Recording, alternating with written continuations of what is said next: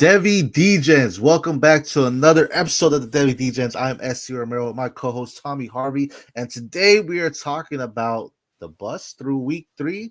We got some games and some recaps and some games to look forward to, and guys that were slightly fading here at week 3 of college football. All that and more right after the intro.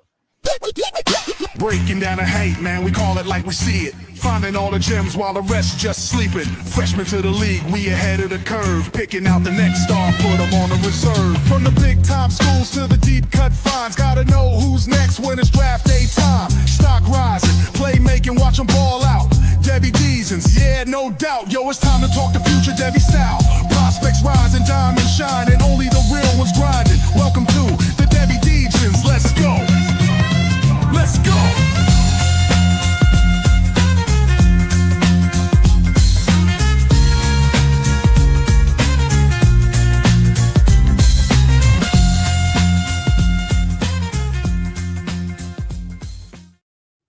Stock rising, find the deep cut finds. Devy Degens, I'm SC Romero, my co-host Tommy Harvey. How are you doing today, Tommy? I'm doing all right. Had a disappointing weekend, but it's fun. Oh yeah, I'm glad. I tried to do a pulse check on you, make sure you're good after that. It was a good game though. I mean, you can't be mad. We're gonna talk about it, but you can't be mad about it. I mean, it was good. I mean, obviously, I can be plenty mad about the missed field goal at the end of the game. I can be plenty mad about that. That's true. What 42-yarder for the win? Couldn't make it, really? So close. But still, I was impressed. We're obviously going to be talking about some of the players from there because it was a big game, for Tennessee. For people that don't know, Tennessee played Georgia. It was a thriller all the way till the very end, and then instant classic, 100%. Yeah, I will say you called Georgia winning, but I was ready for Tennessee to win and call you out on that too because I thought they would. They should have. Yeah, we covered. Sure. We covered. The line was 3.5. It was a 3-point game. Yeah. So covered. So there you go. Well, for this episode, before we get into the bulk of it or the core of it, we're going to talk about some recap of these players that really impressed us this past weekend. First one is for me, Missouri running back Ahmad Hardy. I had him at the Devy RB6. I might have been too low. Obviously, he still needs to play better competition right now. But this past week, 250 yards on the ground, 3 touchdowns. Currently second in the nation with 462 yards this upcoming week. They play South Carolina, so this will be a big SEC matchup for him. Is he really available to go and dominate against these teams? I believe he hasn't had a game under 100 yards quite yet. So he's continuing to just show his progression, really showing his adaptability, his ability to break out tackles, just kind of be fluid in it, and also has some home run speed kind of going off with it. Any thoughts on Ahmad Hardy so far? Yeah, I'd like to see him play against somebody that has a pulse to them. For sure. The Missouri's non-con schedule is ridiculously bad. Mm-hmm. But 250 and 3 tutties against anybody is still solid. When Ashton Gentry does it, people are like, "Oh, he's the best running back in the nation," right? But but he was actually still playing decent enough teams. Yeah, I mean,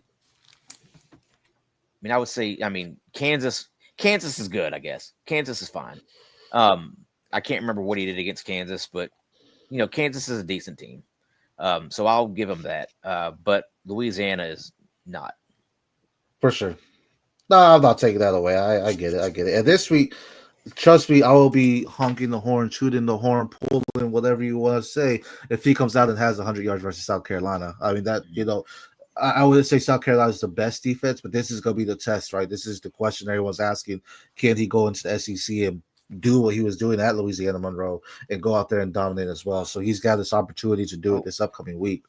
I fully expect him to. I mean, I've been saying it all season. South Carolina was the most overrated team in the country. Right. Kind of saw that on Saturday against Vanderbilt, where they just completely laid an egg.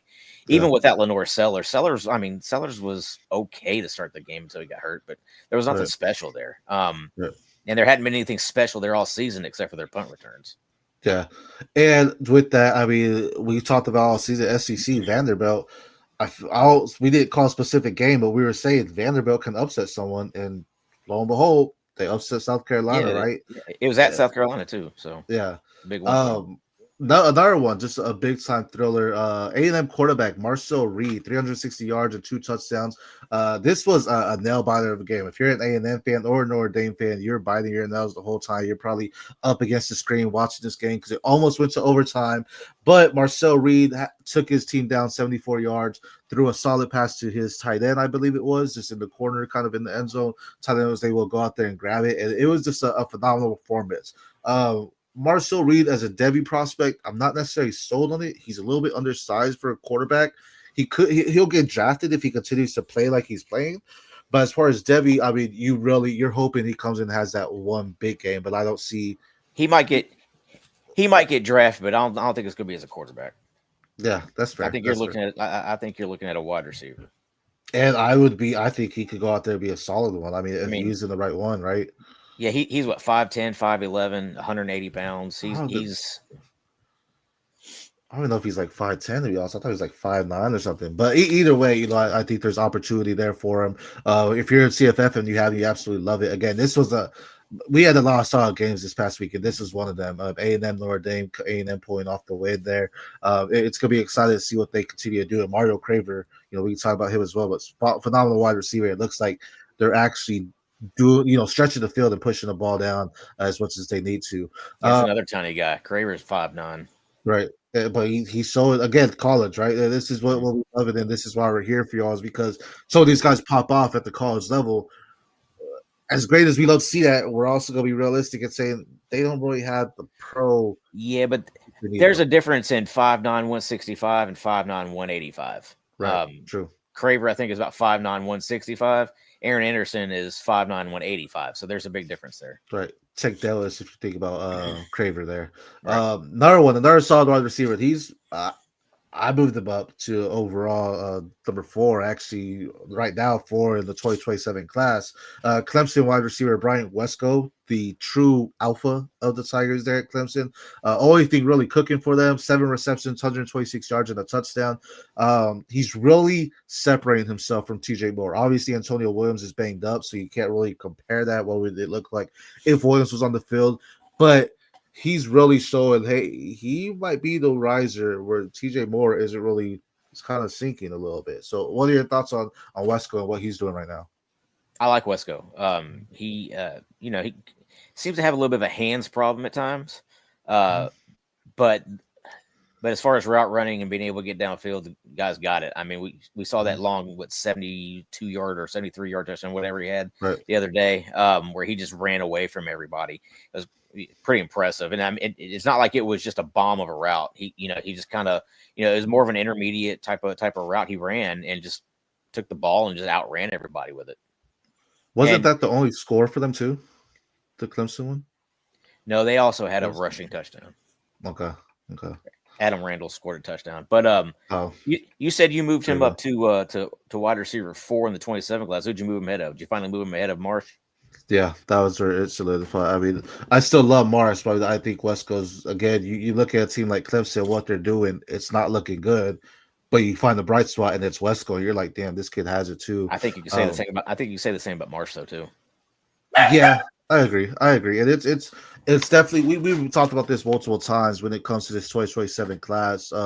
There's one that's dipping, and we'll talk about him a little later. But when it comes to Marsh and Wesco, I think with Marsh, I knew he was going to be the guy.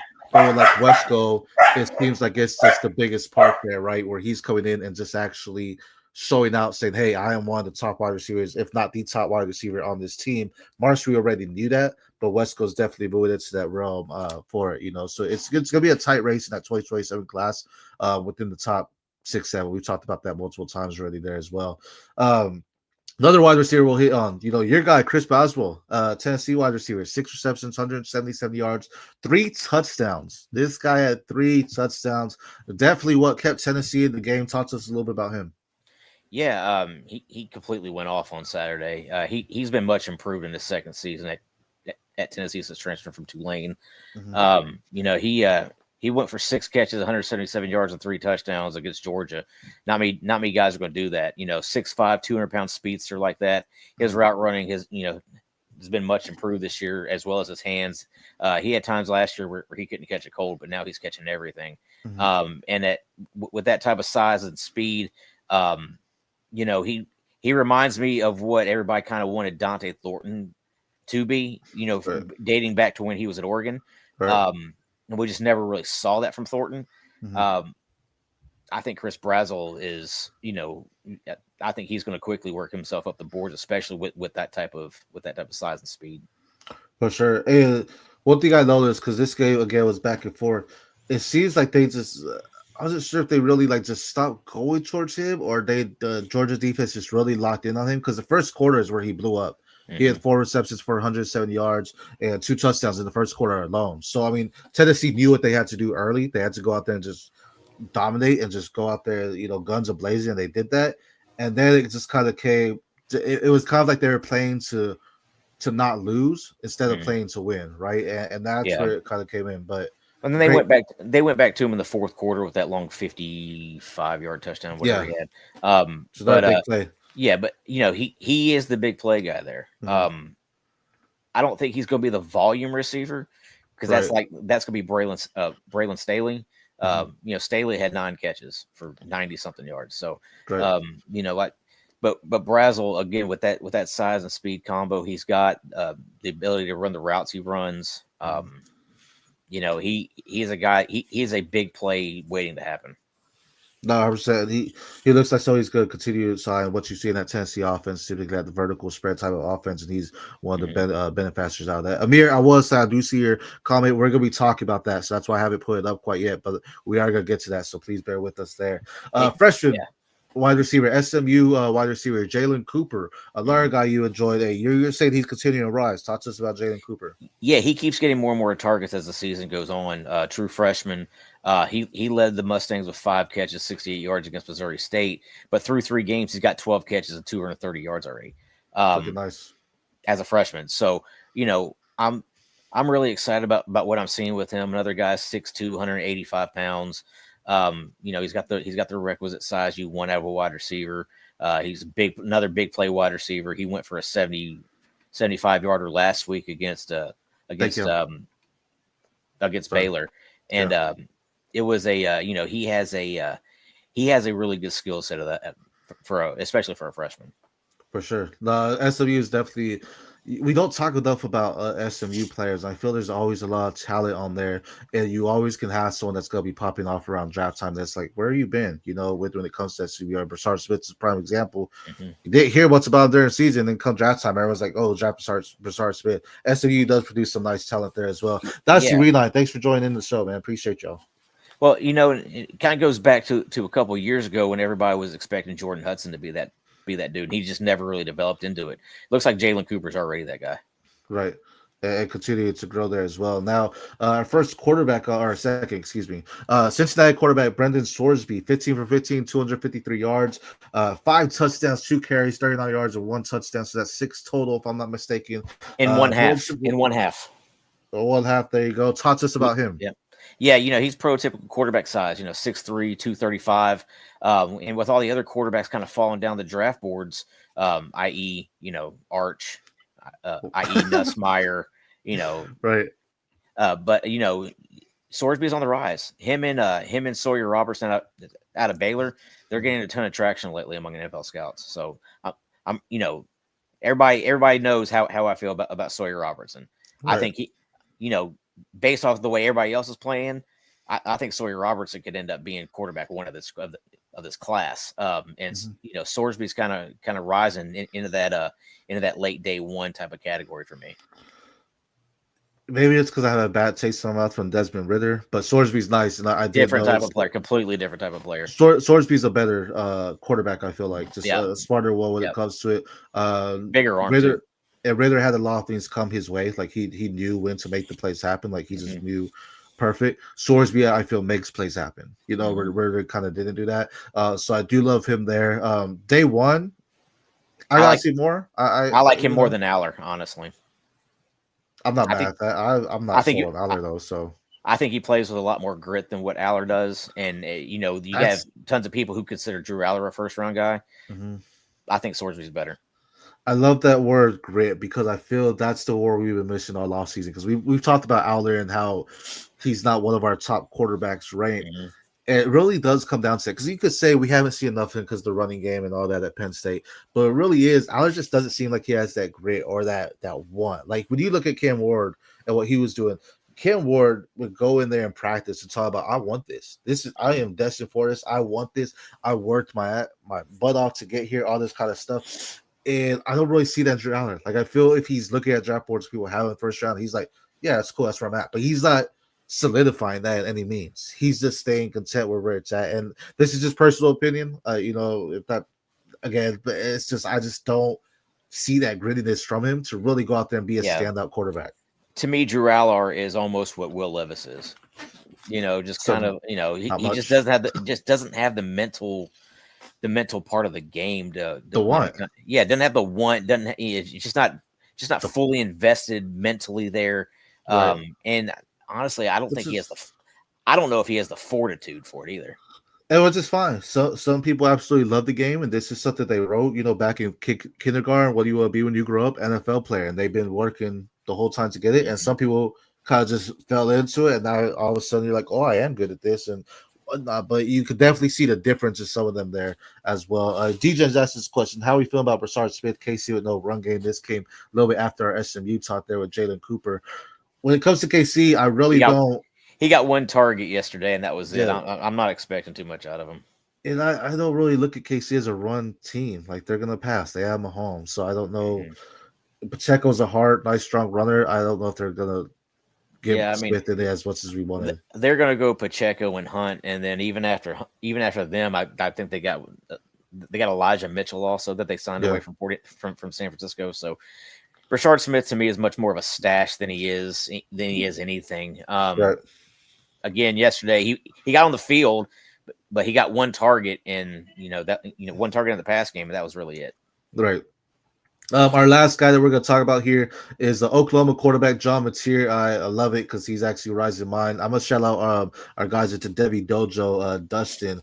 He's been on Mateer as of late. He's been talking about Mateer since before season. Just said he absolutely loves it. He actually gave him a comp to Tony Romo, and I like that comp. I'm not mad at it. But talk to us about Mateer. This is what your guys you put on there. Yeah, I've got a different comp for him. To me, John Mateer is much more of he's a more versatile version of Baker Mayfield to me. Right. Similar size, 6'1", 224. Baker 6'1", 215. Mateer is a much better runner, and honestly, I think he's smarter with the ball than Baker ever was. To me, Baker was kind of a gunslinger type of guy. Mm-hmm. But to me, Mateer is just much more versatile. And, Baker went number one. Mateer is quickly becoming a surefire first round guy to me too. I mean, we're talking about guys kind of falling down boards. Mm-hmm. These three guys I've mentioned with Sorsby and Robertson and Mateer are all rising up boards. Correct. You're looking at Nussmeier falling down boards. You're looking at Aller falling down boards. You're looking at Sellers falling down boards. And I'll speak on LaNorris Sellers here in a little bit. But to me, Mateer's got it, dude. He proved his legitimacy last week whenever he took on and beat Michigan the way he did. And Agreed. the more we see him play inside the SEC, I think the more we're going to like him.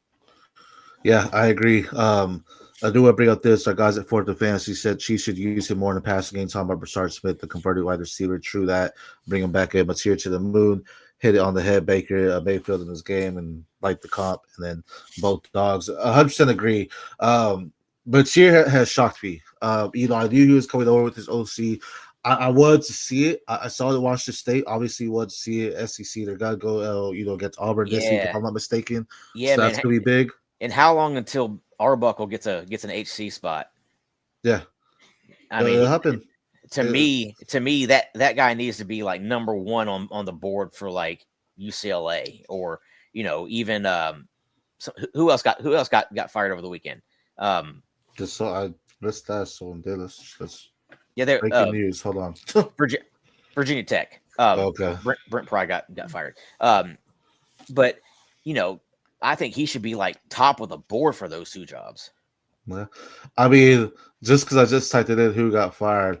It said two major. This is from Yahoo Sports. Two major college football coaches fired. I'm gonna ask you this question because this is an interesting one. Is Deion Sanders next to be fired? No, there's no way. The next one is Billy Napier. Yeah, we'll get into that here in a sec. With that, I mean, it wouldn't surprise me if Colorado doesn't do much of anything. They don't look great at all. I think they had like 87 yards in the second half. So if you talk about Arbuckle going to Colorado getting that head coach job, I mean, now you have a guy like a Julian Lewis there that you could possibly develop and start to do your own recruiting. Would be amazing. Overall, though, John Machir is good. I'm not that Oklahoma, so it pays me to say that, born and raised in Texas, but it looks great, and they actually look like a contender, and they look better than Texas, and Texas was looking strong, but Texas doing big things. Texas has looked like garbage, and again, we'll get into that here too. I tweeted this: the best team in Texas right now is Texas A&M in the SEC, but Texas Tech's pretty good too. SEC, sure, yeah. Well, best Texas team in the SEC, sure. Yeah, that's I had to frame it to that, right? Just there's like 100 million Texas teams that we could talk about. But getting into our core, that was our weekend recap. Some of the guys that really caught our eyes this past weekend. Now we're gonna get into the core of the show here. This is our Devy Fades. It's gonna pain us to talk about some of these, but these are conversations grown men need to have when it comes to this type of season. So one thing we're gonna talk about here is guys that we're just kind of fading on our draft board. Some of them are droppable, some of them we're holding, but it's a pain to hold them, and it's just because they lost value. We can't get it. So let's start off with number one. Our Devy quarterback one, Tommy. Again, our Devy quarterback one starting the season. DJ Lagway had 5 interceptions. 5. And I went back to watch them because I watched the game. Went back to watch them, and I was they were not good decisions. Are they wide receivers? That's what I was like. Are they wide receivers messing up, or is it DJ Lagway doing horrendous things at the quarterback position? And it was DJ Lagway doing horrendous things at the quarterback position.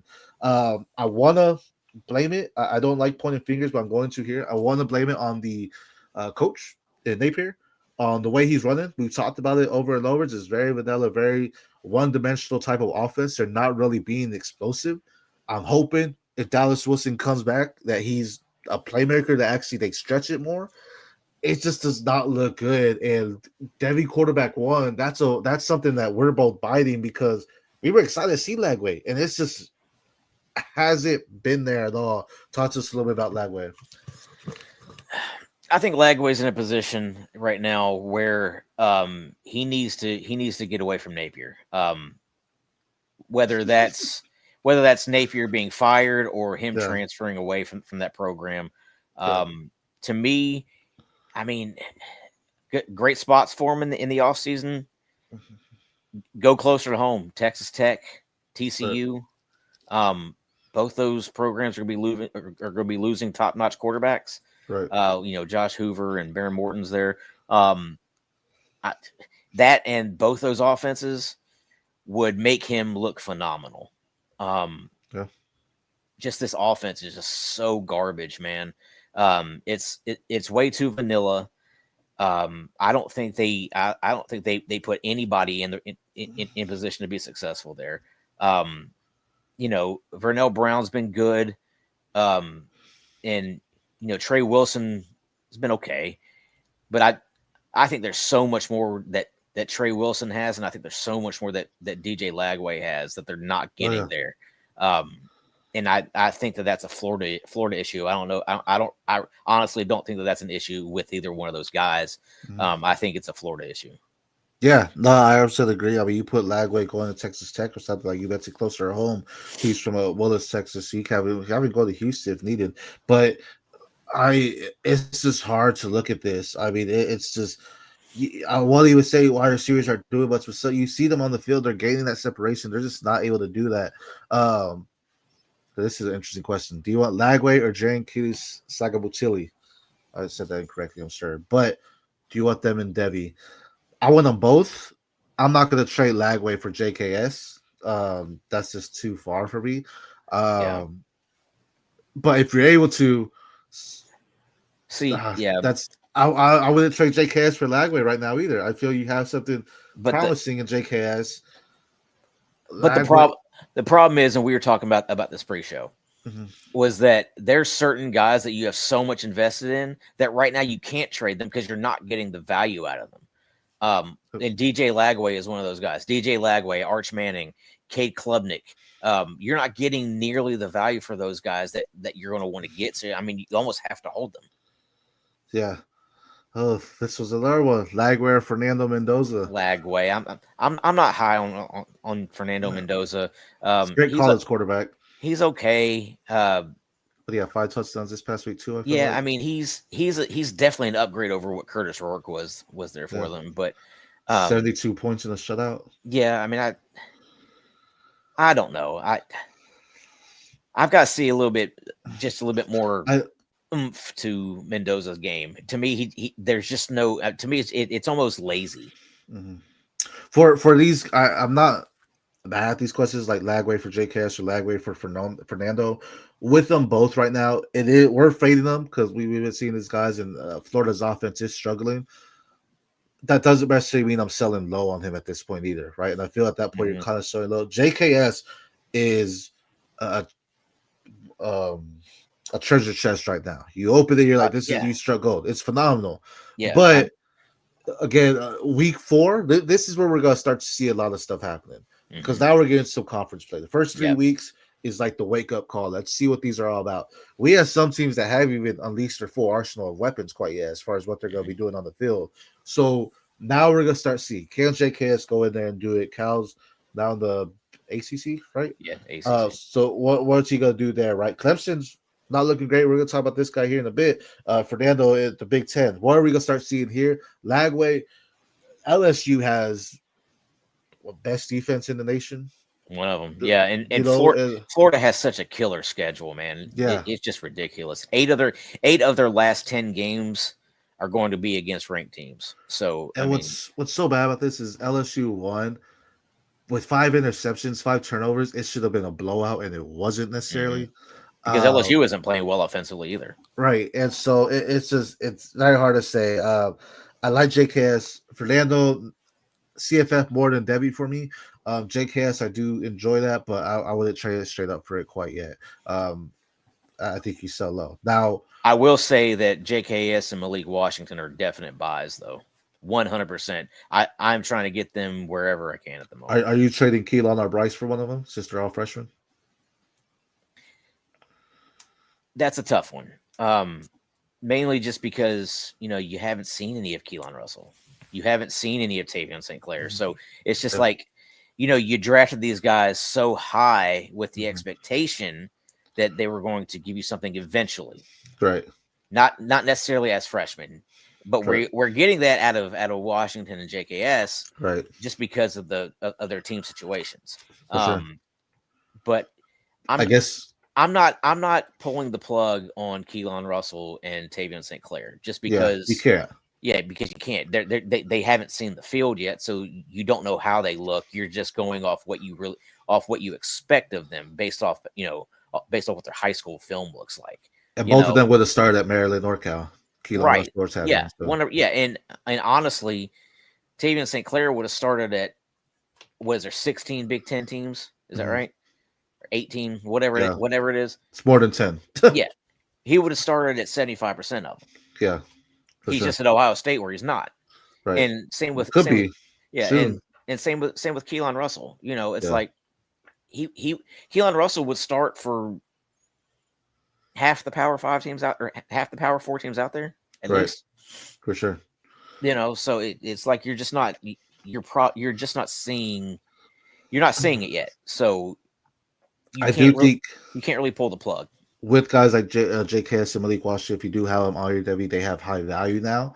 So if you're able to go capitalize further on that, these are guys, it's easier to sell these guys at higher value than it is to sell these guys lower, is kind of where we're at. Because speaking of the next quarterback, my hot take of the season, and again, my back's against the wall with these guys. They're really doing it to me right now. Cade Klubnik, I had him 50 touchdowns. Was going to win ACC. Couple of these guys are killing me in CFF right now. So, let's talk a little about Cade Klubnik, man. This is what we saw in Cade Klubnik 2 years ago. I was talking about his progression. He looks like he's getting better and better times over time.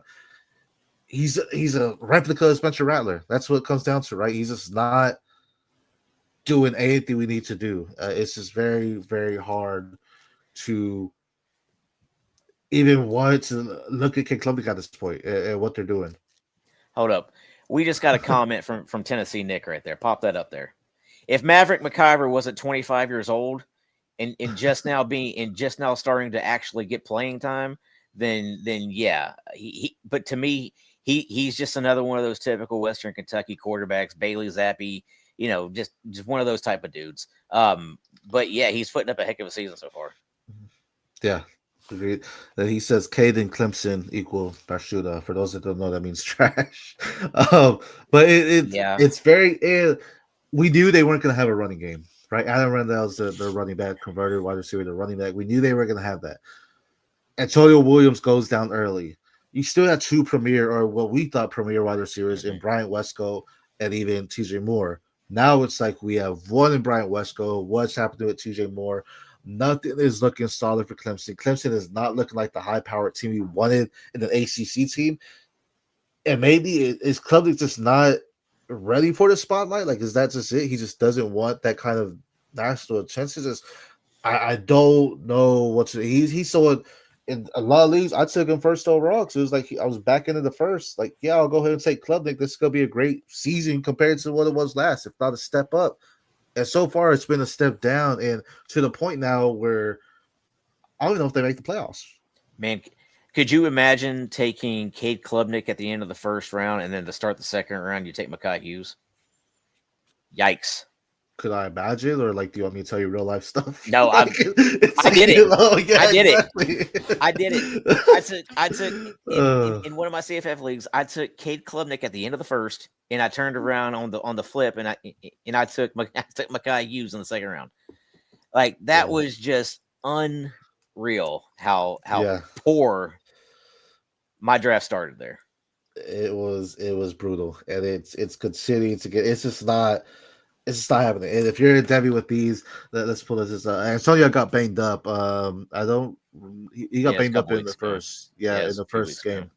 Lagway 2 and 4. See, I agree with you. Taking McIver, college is a shilling. I'm assuming you're a Tennessee fan. I'm assuming you're a Tennessee fan, Nick. Yeah, I am too. So I understand the BVS. Trust me. So Klubnik, what are we doing with him? We're obviously faded him. This QB class, let's pull it up here. Oregon State fan. Hey, shout out Oregon, man. Appreciate the love there. Let's pull this up here. Let's go. Amir, one of our side guys. Thanks for joining in again, Amir. I don't think any quarterback in the 26 class is worth buying. We just talked about Cade Klubnik being in that class. We could go into Leavitt. So we're going to talk about Garrett Nussmeier. Arch has said there's rumors he's staying again. Is that a true? Are we not buying any of them right now? I mean, I'm not buying Klubnik or Nussmeier or Sellers or Arch right now. No. Yeah. I am buying Sawyer Robertson and Brendan Sorsby and John Mateer though. Okay. Would you, for Devy Mindset, we have to think NFL topics though, right? Has Cade Klubnik taken himself out the first round in these first few weeks? I don't know if he's taking himself out of the first round. I think he's taking himself out of the top 10 at the moment. Okay. He seems disconnected right now. And I just don't know how an NFL team could justify taking him so high in the draft. Maybe back into the first round. Mm-hmm. Just because you are going to have even a good team towards the end of the first round could take a shot at on a Cade Klubnik. Sure. and that may be the best option for him, honestly. Going to a place that has a solid quarterback already in place, but only has top. Right, but that only has a year or two left on his deal, to where they're going to play out the deal and then turn the keys over to him. Right. But I don't see how an NFL team could justify him or even Nussmeier in the top 10 right now. They're not playing up to expectation. And honestly, both of them seem kind of disconnected. Right. No, I agree. I agree. For sake. For the fantasy ask us how we feel about Georgia's wide receiver Zachary Benz. Is he bringing his stock back up? Yes and no. He's explosive. He's shown his explosiveness. Right. Yeah. And that's all I think it really is his explosiveness is there. I'm not going to take him super high because I think he's going to be, you're going to have a big play from him. I don't think he's necessarily going to target volume or anything like that. So you're going to want that big play from him all around. Robertson and Sorsby, you are overpaying for them in trades. Robertson, I can. I don't know about Sorsby. Cincinnati, they always look nice in college, and then the quarterbacks don't necessarily. Robertson, I'd pay a little bit extra for him at that point. Then he says, Material's the only quarterback I have faith in right now, producing at the next level. I would honestly say, I'd say honestly, Mateer is the leader for the Heisman right now, in my opinion. Yeah, I agree with that. I'm not mad. I definitely think he is, and the way he's been playing. So we got on to Klubnik here. Let's talk about one of our RB fades here. This one hurts my soul, like the inner being of my soul here. Oregon's running back Makhi Hughes. Obviously, if you haven't been paying attention, then you don't know what's going on. But if you have been paying attention, then you're aware. You still don't know what's going on because Makhi Hughes has not been on the field. He's getting some reps, but he has not been the one. Oregon in general has really been playing the carousel. They had 7 running backs, I think, travel with them this past week to Northwestern.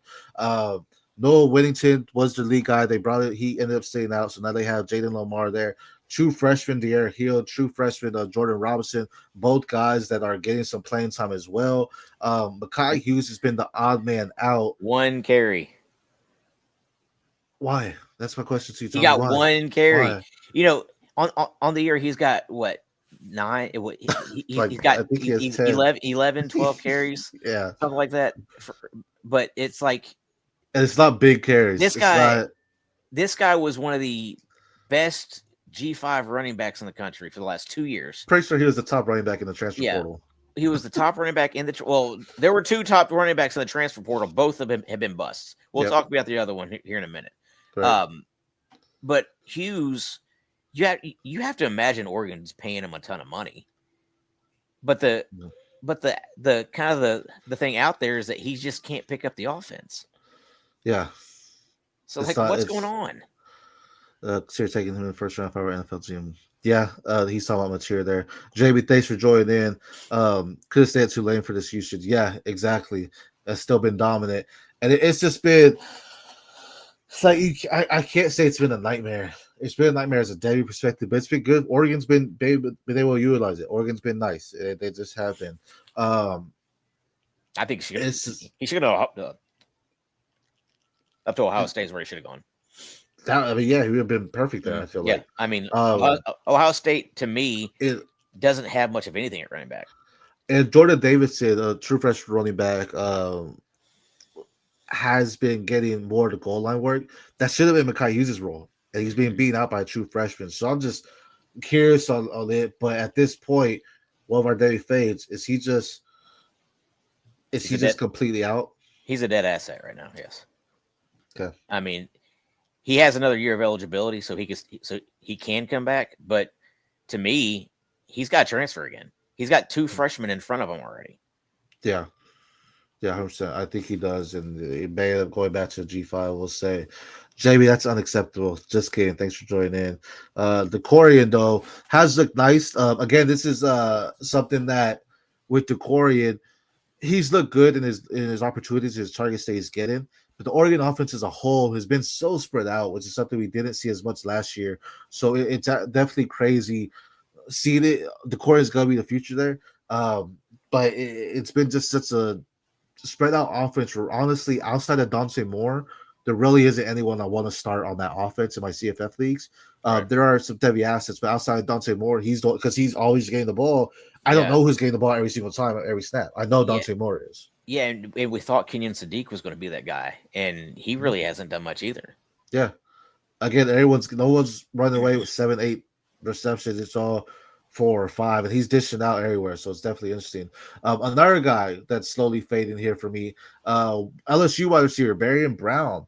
I was definitely on the Barion Brown train, but then all of a sudden it's your guy, Aaron Anderson. But I mean, as much as I say that too, it's also just the offense just isn't moving. The defense is gonna win this team a championship if they get there. It's not gonna be the offense. Thus far, just isn't being a gunslinger like I thought he was. And Barion Brown's being the factor to it. Anderson, Aaron's getting most of it. What are your thoughts on Barion Brown? I told you in the preseason that Barion Brown was not going to be the guy. Yep. It was going to be Aaron Anderson. You did. And to me, a lot of these issues go back to when Barion Brown was at Kentucky. He didn't have a quarterback there, so he doesn't know how to play football. Right. He doesn't know what to do with a quarterback that can actually play ball.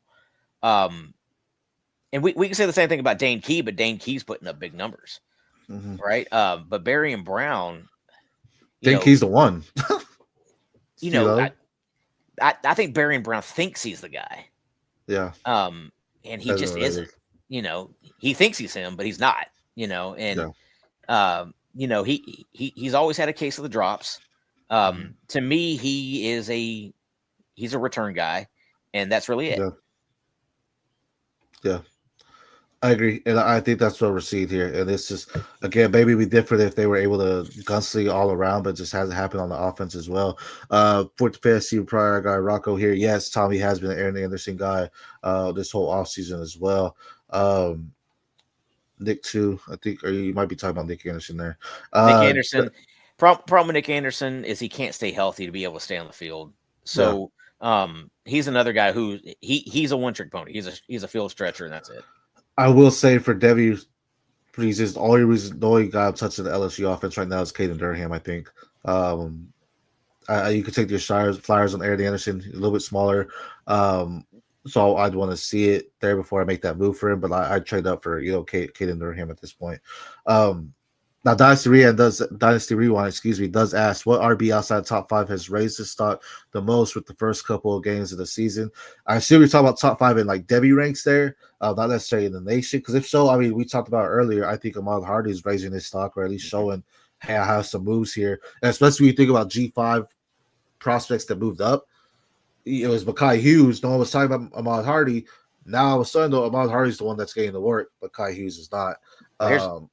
Here's another name for you. There you go. Wayman Jordyn out of Southern Cal. Yep. Another one. Definitely rising. He's going to be someone that's continuing rising. He's looking good with that offense as well there. Emmett Johnson out of Nebraska is another one. Emmett Johnson's nice as well. Speaking of ones that aren't rising, though, let's go to Oklahoma's transfer running back, Jadyn Ott. I mean, is it just because Bachir's taking the spotlight, or why is Ott not shining here? Ott doesn't even play. Yep. I mean, Ott's in the same situation as Makhi Hughes, where he doesn't even get on the field. And these were the top 2 running backs in the transfer portal, right? And neither one of them can even sniff the playing surface right now. Mm-hmm. They are stuck so far deep on the sideline that they could pick their nose and nobody would see them doing it. Yeah, water boy type of status. Yep, it seems like. And maybe they're not using that because they don't need to. Because Bachir has his legs. He's like, yo, I could do it here. We don't need this kind of bruiser here. I'm really hoping for like Makai and Ott. Like it's just like we haven't need to unleash them yet, so we're not going to. I don't think that's really going to happen, but I'm hoping. I mean, it's hard. If that was the case, then you would have seen Jadyn Ott against Michigan. Yep. You didn't. You would have seen Makai against Oklahoma State. Yeah, you'd have seen Makai against Oklahoma State and Northwestern. You didn't. Yeah.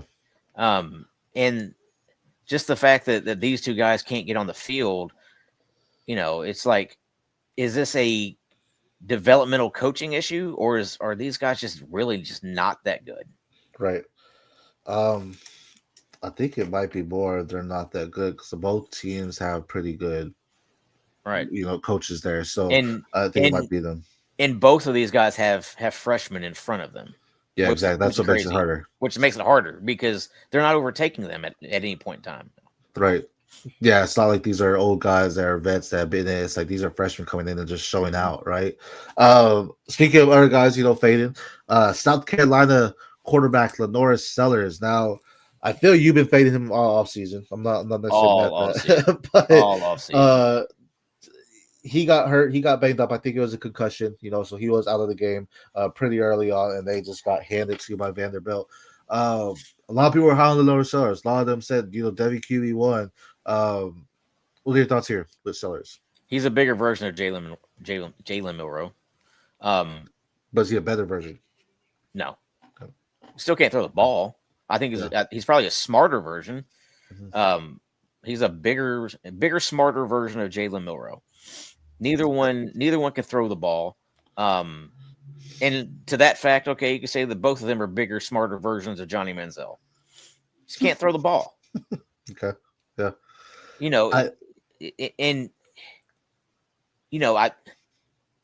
I hate to say it because, by all accounts, Sellers is a really good kid, but he just can't. He can't play quarterback. Yeah. I'm sorry, he can't. And we've seen that over the last couple of years with Alabama and Jalen Milroe. Is that okay? You have an athlete playing quarterback, but that quarterback can't throw the ball well, right?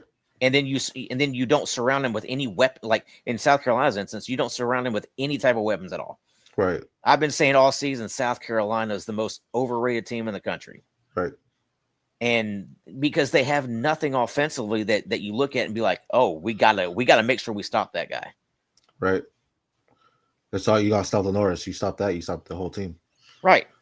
So crap. I mean, you could put 2 spies on the guy and be done with it because they got nowhere to throw it to. Yeah. I think with LaNorris, when you compare to Milroe has a stronger arm, but LaNorris definitely has a stronger bullet there. Like he could definitely zip it in there. Mm-hmm. But at times those deep throws are what get away from him. And when you need to stretch the field, you're not necessarily able to do that because he's not going to hit on the target there at all. Jay says Ohio State quarterbacks never work out next level. Yeah. I see that. Honestly, hot take since I live in Nashville, Watson Vandy Wall Pavia is good. He's a good quarterback as well. Maybe an interesting type of player if he makes it to the next level. He's good for what Vanderbilt needs him to be. Vanderbilt needs that overly confident, brash type of guy who's going to go out there and just kind of carry them on his back. Right. I agree. And then they were hoping for a leaper link. Yeah, we've been hoping that for like 2 seasons now. It just hasn't happened. Yeah, hoping he moves to tight end because that's the only place where he's going to be any type of value at all. 100%.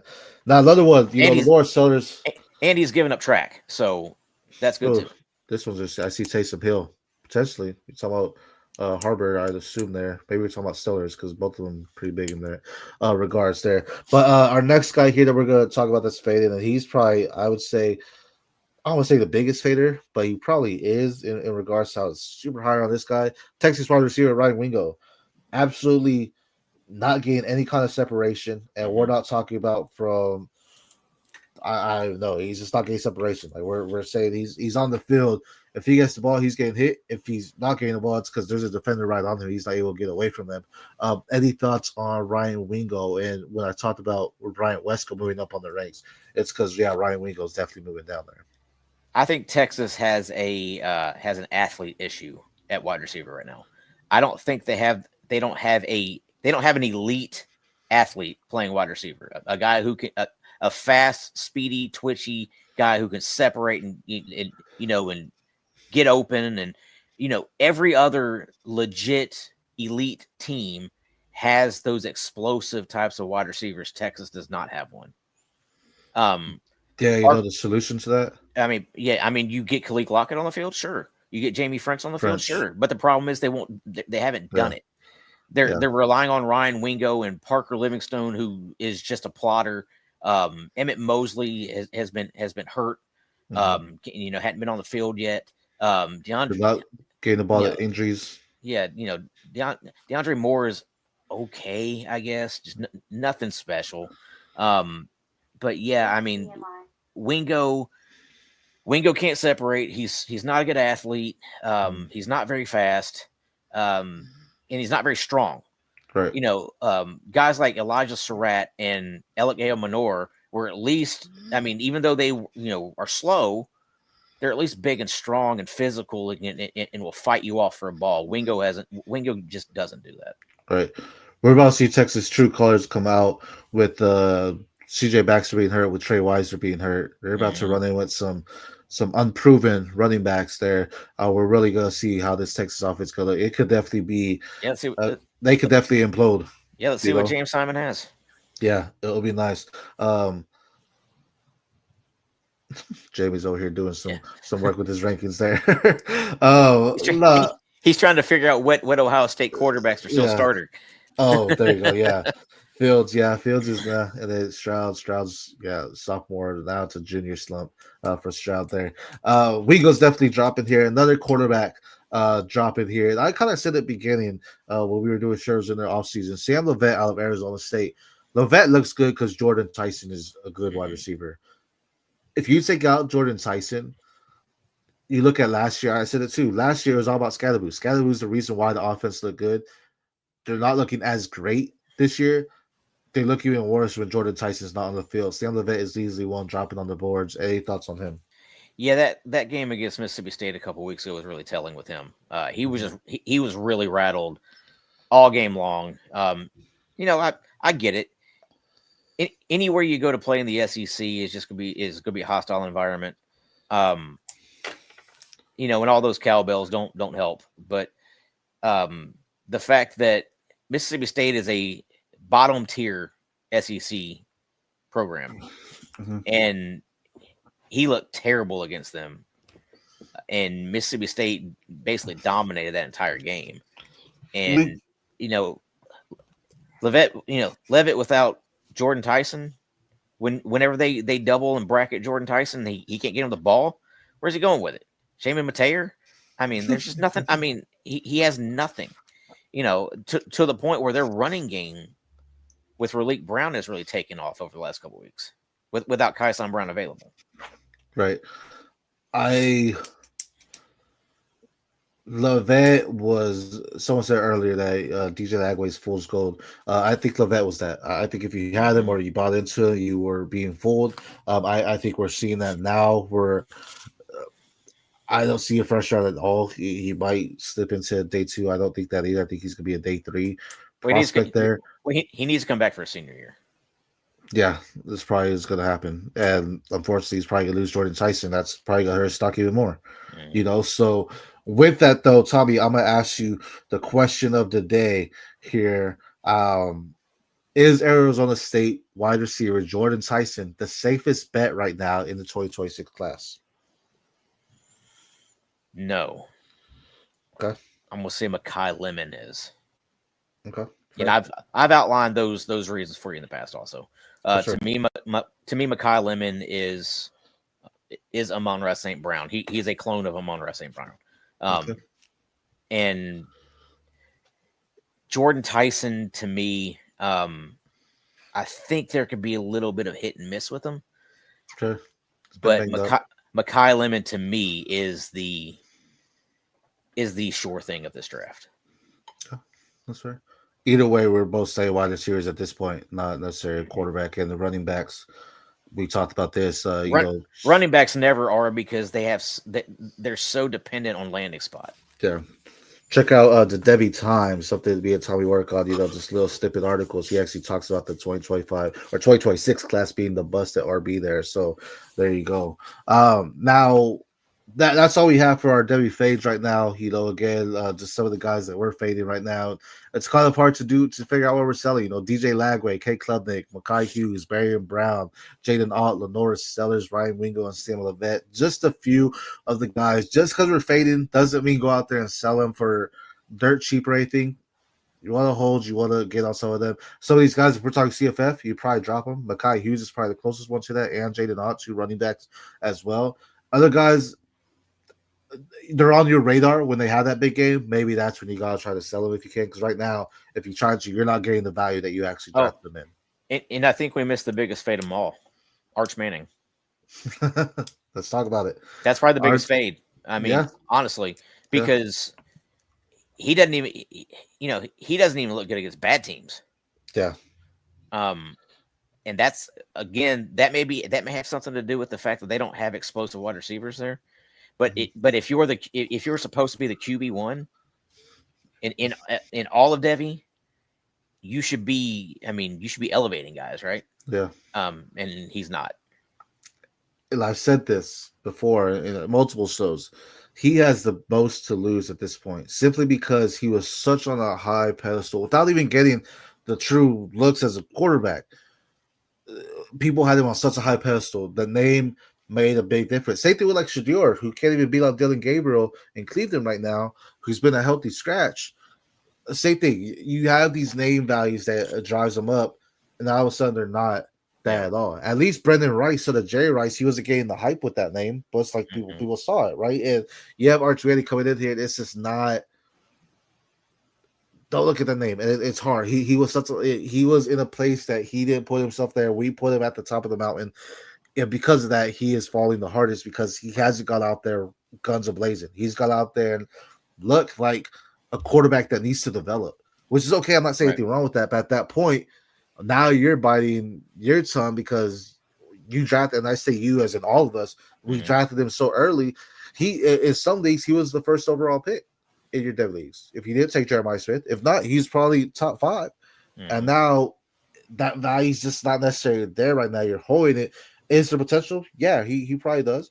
But as you mentioned, he's not elevating those teams. When you look at these top premier quarterbacks, Michael Penix, he's elevating teams. Cam Ward, he's elevating teams. These guys are going in there and elevating these teams to go out there and be better. Arch has yet to do that. And you can say the weapons aren't around him. You can't say that with Texas because they have weapons. They're just not using them, or he's just not getting them the ball as much as well. Sure. And there was a there was a pretty wide thought notion. Yeah, I didn't see that. If he did say that, there was a pretty wide thought notion a couple years ago when he was coming out of high school. If he didn't have the name Manning, would he have been a 5-star quarterback? I think that's something we can say with all these legacy prospect. If it was, and you look at the competition he was playing in high school. He wasn't like premier top competition. No, it was very low level Louisiana high school football. Yeah, he wasn't out there, going against the top 25. He wasn't playing Mather Day, Bishop Gorman, Duncanville, where Keelan Russell was. Right, he wasn't playing those top tier teams. So, and that's something as we dive into Devy and go into those deep dives, that's something we look even further now as the high school teams they're playing. Are they playing against your premier teams? Are you going out to South Lake Carroll? Are you going out to Mather Day or Nevada and Bishop Gorman? Are you playing these type of programs that are known to produce top tier prospects, or are you just doing great things at your school within your state? If you are, that's great. You can, but that does make a difference. And that recruiting class of quarterbacks was thought of to be the greatest of all time, right? And now it's just thought of as just be a bunch of dudes, just a bunch of guys, Makai Nelson was the top ranked quarterback in the country. He's at UTEP now, man. Nico Iamaleava, another highly regarded 5-star quarterback. He's at UCLA. His coach just got fired because he sucks. Yeah. Bring in his brother. Yeah. And then you got, Devin Brown went to Ohio State, transferred out there to Cal, and he got beat out by a freshman. Dante Moore's looking really nice. Yeah, Dante Moore is the best of all of them, honestly. Yeah. I could say the system's there too at Oregon, but that's gonna be some big games. So some big players to watch, and this 2026 class is really that people are gonna take quarterbacks because that's just what the NFL does. They want to find their franchise quarterback every year instead of building up a team around them. You're gonna see a lot of quarterbacks going this season. I think last week we talked about there's 6 or 7 teams that need a quarterback, so you're gonna see them get drafted. But right now, some of them are gonna be mistakes because they always are. It is, and once the other plays out, maybe they go into a conference and just absolutely go bananas. I hope to see it, but right now, through 3 weeks, we have not seen it. But let's talk about the games of the week next week. Games that we're going to be watching and pay attention to. Big one here. We've already kind of hit on this one. It's going to be Auburn number 22 at Oklahoma number 11. Any thoughts on this, or anything you're excited to watch? I'm excited to see if Cam Coleman can actually get going. Of course, that's going to take Jackson Arnold actually throwing in the ball. Right. And I don't think Auburn's offense is built well enough for that. Yeah. I think Jackson Arnold is basically just a running quarterback. He's shown that over the first few weeks that he's not going to push the ball downfield. So everything, he's not going to have a strong A dot. So it's just like, what are they doing to get their best player involved? And to me, it doesn't look like they're doing much of anything to get him involved. Maybe they haven't been forced to. We'll see. Don't be forced to on this game, right? So they're gonna need to rely on him to actually do it. On the flip side, Deion Burks is having the season I want Cam Coleman to. Sure, but I mean, you would have thought that they would have been forced to get Cam Coleman involved in that Baylor matchup in the first week, and they didn't do it. Yeah. That's true. And that one's hurting my stocks as well. I drafted Cade Klubnik super early, thinking Jackson Arnold's going to do something nice with him, and it just hasn't happened. Arnold's been able to use his feet. But either way, it's at Oklahoma, so this will be a big-time week. As we talked about, Oklahoma did stun Michigan. They beat Michigan. So this is their first SEC matchup, so we're really going to get into that competition. As we mentioned, it doesn't matter any given week. If you're playing an SEC team, you can't go in there thinking it's a win. You got to go in there and play like this is fighting for your life type of style. That's just the way the SEC plays. So I'm excited to see what that one is. Another one, Michigan number 21 versus Nebraska, who is unranked.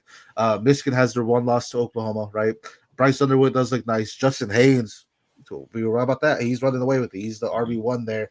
Flip side, Nebraska's waking up, and I think a monsters are brewing. If Michigan goes in there and Nebraska beats Michigan number 21, we need to start having more conversations about Danke and Dylan Raiola. Oh man! But what are your thoughts on this game? Those two guys are special. Dylan Raiola has moved into my top 5 Devy quarterbacks. And Dane Key is going to be an early day 2 wide receiver in the NFL. Again, size speed combo. The guy's dominant. Yeah. And honestly, from Michigan, I want to see more of Andrew Marsh. Okay, fair. Love it. Freshman wide receiver there as well. And hopefully they could get. I mean, I feel they just haven't. Justin Hayes is running away with it. He's been killing it, on the running game. So they haven't necessarily need to unlock their whole arsenal of the offense quite yet. They may need to against Nebraska. Excited to see what Dylan Raiola does with Danke against this competition. Again, Danke's played in some SEC with bad quarterbacks, and he still looked good, in my opinion. Now he has a good quarterback, and he looks great. So I'm excited that people are coming along with this Danke, trying to see something special there as well. Next one, Texas Tech, number 17, at Utah, who's now number 16. This is going to be the closest battle as far as, the ranks go. Tex, we talked about some of their guys here, but what are your thoughts on this? Is there anyone worth watching? Yeah, I want to see Caleb Douglas be more involved. He's a big, fast target. He only had 3 targets. He had 1 catch for 61 yards the other day. So, the explosiveness is there. Right. I want to see more of it. And then on the Utah side, I want to see Wayshawn Parker be more involved. He's kind of running like as an RB2 there right now. It's like, and he transferred in from Washington State. Everybody kind of thought, okay, RB1, in a pretty run heavy offense. But now he's like, I think he's 3rd on the team in rushing attempts behind Dampier and Rogers there. So Dampier's looking nice. Yeah. Dampier's just a little smallish, but yeah. But yeah, I mean, I think this could end up being a pretty high scoring game. I know Utah doesn't normally get into those type of games, but with Texas Tech, I think they may have to, because Baron Morton's going to throw all over them if not. I don't know, man. Utah always surprises with the defense. They obviously have a stud defense, and that could make it into a lower scoring game than what it could, because it's going to be interesting, because this is what you have when you have a high-powered, energetic offense, which Tex can have with Morton, compared to a studded stone wall type of defense that Utah brings as well. This could really go either way as far as who wins or what the game looks like, as far as high scoring or very low and just a simple game that's 16-10 or something like that, right? Yeah. So, and also keep an eye on Terrence Carter, the tight end for Texas Tech, to go out there and make some big plays. Now, our last one here, Illinois number 9 at Indiana 19. I know people talked about Fernando Mendoza had a 72-0 blowout 5 touchdowns this past week. Illinois, Ottmeyer, they look nice. He's someone that's he's good. He's a good field general, someone that goes out there and makes some big plays as far as doing what he needs to do to put his team in the right spots to win the games. This will be nice because Indiana has a solid defense as well. And Indiana's slowly growing there as well. Any thoughts from him? From Ottmeyer? Yeah, or just the game, Illinois versus Indiana. Ottmeyer's he's fine. We kind of talked about it on the Saturday show, where I don't. To me, I see more of a career backup for him. As far as the NFL goes. But the guy I like is I still like Caden Fegan.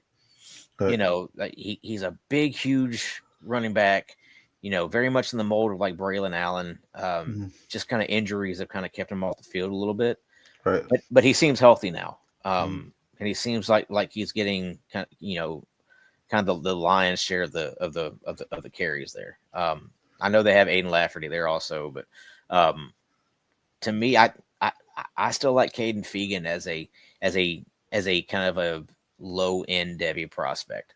And then for Indiana, Elijah Surratt. I mean, we've kind of said it before. The guy's slow, but he just somehow gets it done. And Fernando Mendoza, another guy who I think is probably more of a backup type of quarterback. I see him and Ottmeyer kind of being kind of along the same lines there. Nothing real special for either one of the guys. I think they both get drafted, but I'm not necessarily put it on Devy stock into CFF for sure. Yeah, and for Indiana, I kind of want to see how Omar Cooper continues to go. Fair. I think this is going to be a big test for Fernando and Indiana if they go and beat. Luckily it is at Indiana, so they have opportunity. Hey, Crazy Nice, thanks for joining. Q is actually my doppelganger, so he does look like me actually there. But Amir says Jacoby Williams as well. This will be an interesting one. I think this might be a highlight match, Illinois versus Indiana. Well, he's talking Jacoby Williams for Texas Tech. They're the running back, but it's been the Cameron Dickey show there, running back for them. So, to me, I'd be more interested to see what Cameron Dickey can continue to do. For sure. Now, those were our games of the week, but we have 2 games that we're going to keep special eyes on that might not get the same national attention that these other games were. But let's start first of all with this one, where before it was big guys that we were really excited about. Now we're kind of, all right, what's happening here? I mean, I know Sawyer Robertson still looks good at Baylor, but Arizona State versus Baylor. I brought this game on the show sheet here because this is one where before the season began, we thought this was going to be the Big 12 championship, right? Mm-hmm. I do like Baylor. They're still strong. Arizona State, they may be closer to the way out than they were on the way in. Any thoughts on this game? I mean, I think where I'm going with this. It's Sawyer Robertson and Josh Cameron all day long. These 2 guys are absolute studs. And then Bryson Washington's a really good running back too. I'm not sure where he. I still haven't kind of decided where I think he fits in the Devy landscape, just because he's about 200 pounds, which in the NFL it still works. But it's just not that 210, 215 pound type of guy, type of versatile guy that does everything, right? But I can see Bryson Washington being a top 10-ish type of Devy running back. Yeah. I just kind of really haven't pinpointed where I want to put him yet, Yeah. But some guys are falling out the top 10, right? So. Yeah. But Sawyer Robertson, to me, he's pushing for QB1 in this draft class. I'll say he's eligible this year. Amir says Hawkins as well. Hawkins is okay. I think I'd rather have Kobe Prentice over Ashton Hawkins. Even Cole Wilson to an extent, just because he's a field stretcher. Hawkins is fine though. He's not I don't think he's their top target. I mean, hell, Michael Trigg even. Yeah, Trigg, is he gonna be playing? I know he was banged up. Yeah, he played this past weekend. Yeah. Now Flip side, Arizona State. We've said that if Baylor can shut down Jordyn, Tyson, Arizona State's done. I think Baylor should hand this one. I watched it because these were again two top teams I had prior to the season. Now it's like okay, there's opportunity there for them. Next one, SMU at TCU. This was to be a big one. I know you hit on our guy at TCU earlier when we were talking about players that call our eye. And Jalen Cooper. I want to flip on Jordyn Dwyer at TCU. Their wide receiver there, who's actually playing some big ones. Week 1 had 9 for 9, 9 targets, 9 receptions, 136 yards. Past week, 8 targets, 5 receptions, 89 yards, touchdown in both weeks. Someone that I was talking about earlier, in the offseason, TCU didn't really have much outside of Jordyn Dwyer, and he's actually showing out to be one of their top guys there for that offense. Yeah, well, I mean, they not only have him, but they got Eric McAllister. They got Manjack, the Houston transfer from Houston. Kavorian Barnes has been a pretty good running back for them too. So we all remember Kavorian Barnes from Texas San Antonio. Yep. A couple of years ago, we were all drafting him, first or second round, and in CFF drafts. Right. And now he's made a little bit of a career resurgence at TCU. Right. And it's gonna be nice to see him. SMU's a strong team. SMU, Kevin Jennings. Kevin Jennings, TJ Harden. Running the ball really well there. Romello Brinson, Jalen Cooper. Right. RJ Maryland's been has gotten healthy. So yep. This is gonna be the game. You're talking about a big high scoring game with Utah and Texas Tech. This I think is gonna be the game that's gonna be high scoring and just out the gate, just guns blazing. Yeah, I think that's gonna be the high scoring game of the week. Yeah, SMU, TCU. Yeah, because both of them, I don't know what their defense is. SMU has some good ones, but either way, I think both teams have a high-powered offense that can make some big plays there. So now that's all we have for y'all today. We appreciate everyone joining in to the Devy Degens. I'm S. Romero. This is Tommy Harvey. Follow us on X, at the PPR show, at Tom Harvey Sports. We're here for y'all all week. Every Monday we go live for y'all to recap those weeks, and we'll have a story to tell with our core of the show as well. Like we had our Devy Fades. Next week, we're actually going to talk about some sleepers. So be on the lookout for that as we continue to grow and do everything for y'all. We appreciate everyone joining in. For myself, for Tom Harvey, for everyone out of the Devy Degens. Until next time, peace.